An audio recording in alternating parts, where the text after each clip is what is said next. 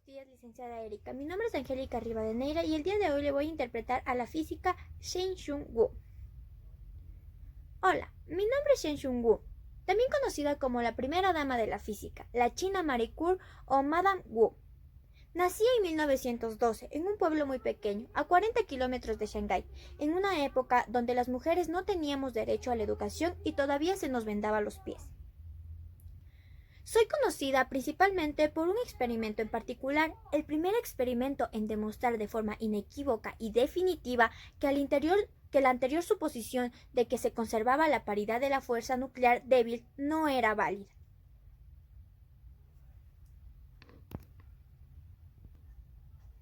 Contaba con una habilidad sin igual para valorar las exigencias del experimento, así como las capacidades y limitaciones de las herramientas de que disponía.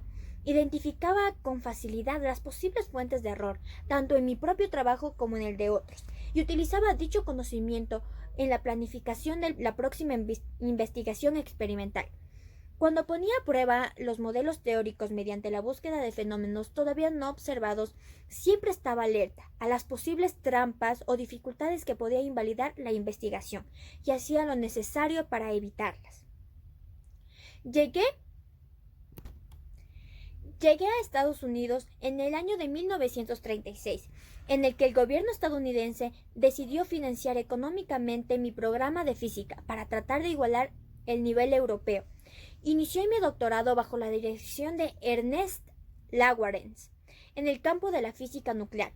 Mis extraordinarias facultades intelectuales me convirtieron en una experta en mi campo, hasta tal punto que cuando Fermi y Oppenheimer comenzaron a investigar las diferentes formas posibles de obtener el plutonio, yo era destinataria de sus consultas cuando la investigación se bloqueaba. No en vano, Oppenheimer me apodó de Authority. Cuando la Segunda Guerra Mundial estalló y se formó el grupo para liderar el proyecto Manhattan, cuyo objetivo final era desarrollar la primera bomba atómica antes que Alemania nazi, fui excluida.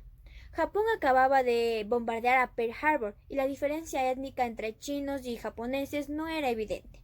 Por este motivo, tuve que soportar, además del clásico y pertinaz machismo, un brote de xenofobia.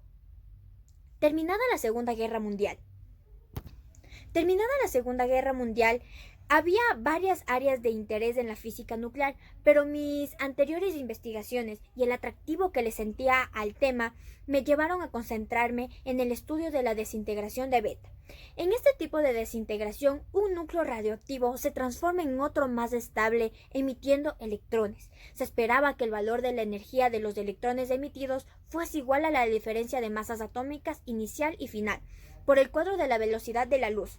Esto significaba que los electrones no tomaban la energía disponible y se desconocía dónde iba a parar esta. En 1930, Wolfgang Pauli postuló la existencia de una partícula neutra, carente de masa y con muy poca interacción con la materia, que se repartía la energía con la partícula beta. Pero no fue hasta después del descubrimiento del neutrón por Chadwick que Enrico Fermi dio el nombre a la partícula de Pauli y desarrolló la teoría que describía la desintegración de beta. Hacia 1933, la mayoría de los físicos todavía creía que el neutrón era una partícula compuesta por un electrón y un protón, y que los electrones formaban parte del núcleo. Fermi, por el contrario, al igual que Werner Heisenberg, defendía que el núcleo solo estaba constituido por protones y neutrones, y a diferencia de que el neutrón era una partícula elemental. Bajo esta hipótesis, los rayos beta no estaban en el núcleo y por tanto se creaba un propio proceso. También sostuve que los neutrinos no persistían en el núcleo, como había pensado Pauli.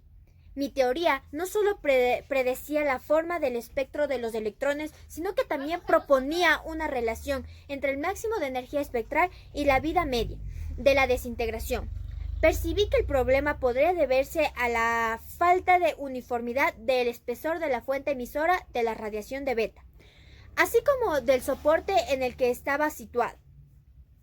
De mi investigación doctoral sabía que los electrones poco energéticos se absorbían y dispersaban con facilidad, perdiendo una fracción sustancial de su energía en el proceso. Por tanto, en el experimento de la distribución de la energía de los electrones emitidos se habría visto modificada por esta causa. Además, los espectros beta que se utilizaban entonces tenían núcleos de hierro que producían efectos de histeresis y registraban valores erróneos del campo magnético. Tras un intenso trabajo, logramos disminuir mucho el grosor, colocando la fuente de soportes muy finos, eléctricamente conductores, que evitaban la retrodispersión y la carga de la fuente. A través del espejo. Es el coraje de dudar en lo que hace mucho tiempo ya estaba establecido, y la incesante búsqueda de pruebas, lo que empuja las ruedas de la ciencia hacia adelante. Shen Shungu, 1936.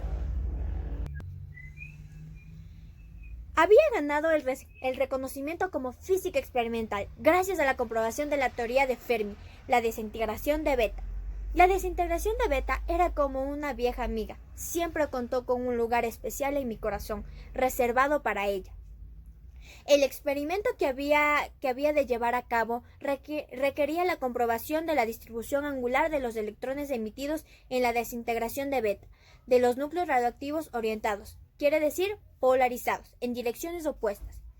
En la última etapa de mi vida, tras mi retiro en 1981, fui nombrada profesora emérita de Columbia y centré mis esfuerzos en la docencia y comunicación científica a través de la impartición de un importante número de conferencias y cursos especializados. Dediqué mi tiempo a la elaboración de programas educativos para la República Popular de China y Taiwán. Como mujer científica, me pronuncié en diversas ocasiones sobre la poca presencia de mujeres en este ámbito.